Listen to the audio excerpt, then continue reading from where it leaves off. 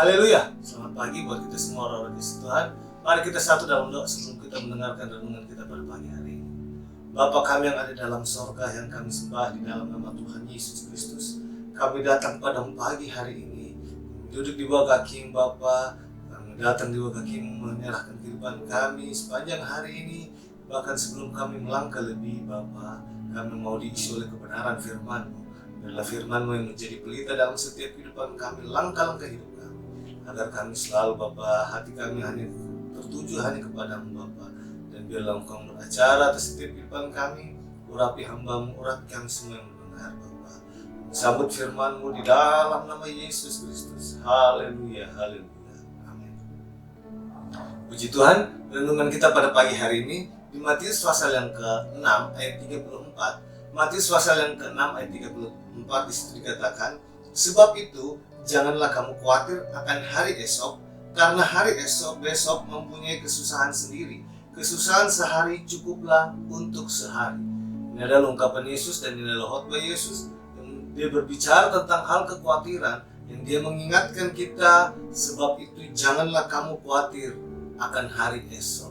Kehidupan kita kadangkala mempunyai banyak perencanaan, mempunyai banyak mungkin rancangan ke depan, tetapi kadangkala kekhawatiran itu sering mengganggu dalam kehidupan kita, mengganggu dalam pikiran kita, hati kita.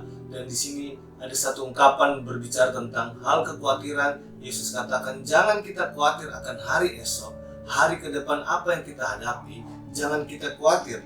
Tetapi di sini katakan bagaimana benar-benar kehidupan kita untuk bisa terlepas dalam kekhawatiran. Kita bisa lihat kalau di ayat sebelumnya dikatakan, carilah dahulu kerajaannya dan kebenarannya, maka semuanya akan ditambahkan kepadamu. Itu mengingatkan kita bahwa apa yang kita cari jangan sampai membuat kita sia-sia. Apa yang kita sedang cari di dunia ini jangan sampai membuat itu semuanya jadi sia-sia, sehingga kita diliputi rasa kekhawatiran itu. Dan kalau kita bisa melihat bagaimana kenapa sampai dikatakan mereka khawatir, karena mereka kurang percaya. Kalau kita melihat di ayat yang ke-30 di situ dikatakan, jadi jika demikian Allah mendandani rumput di ladang dan hari ini ada dan besok dibuang ke dalam hati, tidakkah ia akan terlebih lagi mendandani kamu, hai orang yang kurang percaya?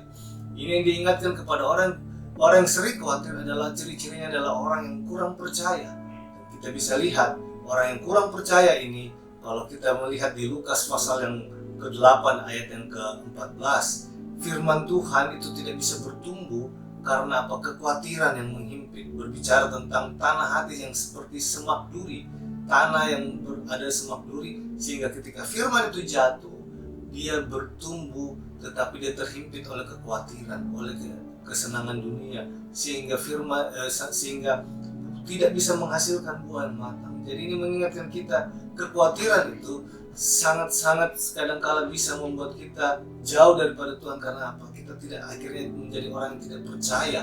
Karena di sini katakan kurang percaya. Yesus pun katakan orang yang kurang percaya, orang yang sering khawatir adalah orang yang kurang percaya. Tapi di sini kita mengingatkan kita bagaimana supaya iman kita bisa bertumbuh.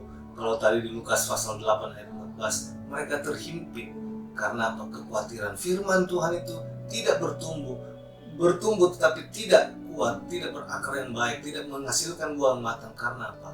Ada kekhawatiran. Tapi kalau kita melihat di ayat yang ke-15, tanah hati yang baik, dia bertumbuh menghasilkan buah yang matang.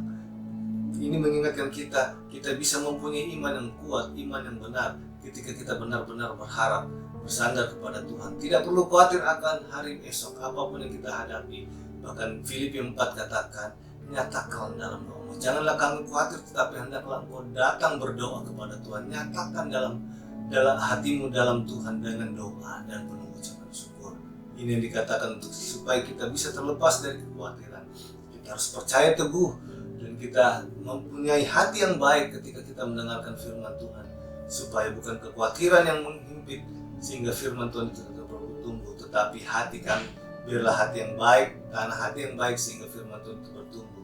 Terlebih lagi kita hidup di dalam doa, menyatakan apa itu, jangan menjadi kekhawatiran, buanglah kekhawatiran itu, tapi nyatakanlah dalam doa.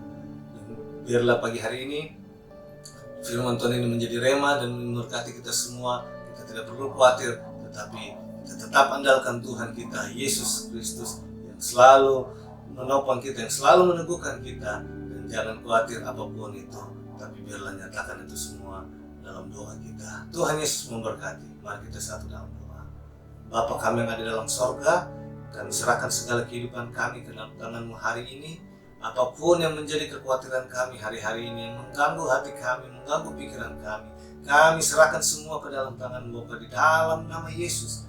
Biarlah Engkau mengeluarkan dalam setiap kehidupan kami roh-roh kekhawatiran apapun itu. Dan biarlah pandangan kami hanya tertuju kepadamu saja, hanya tertuju kepadamu. Biarlah kami mencari kebenaran dan kerajaan-Mu. Terlebih lagi Bapa, biarlah hati kami tetap teguh. Apa yang kami lakukan semuanya untuk Engkau. Dan ajar kami Bapa, untuk Bapa tidak takut Bapa, tetapi biarlah kami percaya hanya kepadamu saja. Tolong kami semuanya Bapa, tolong kami sepanjang hari ini. Dan biarlah Bapa, kekuatan yang daripadamu, penghiburan dari kuasa Roh Kudus yang menjadi bagian kehidupan kami. Dalam nama Tuhan Yesus Kristus kami berdoa. Haleluya. Amin. Tuhan Yesus memberkati kita semua. Haleluya.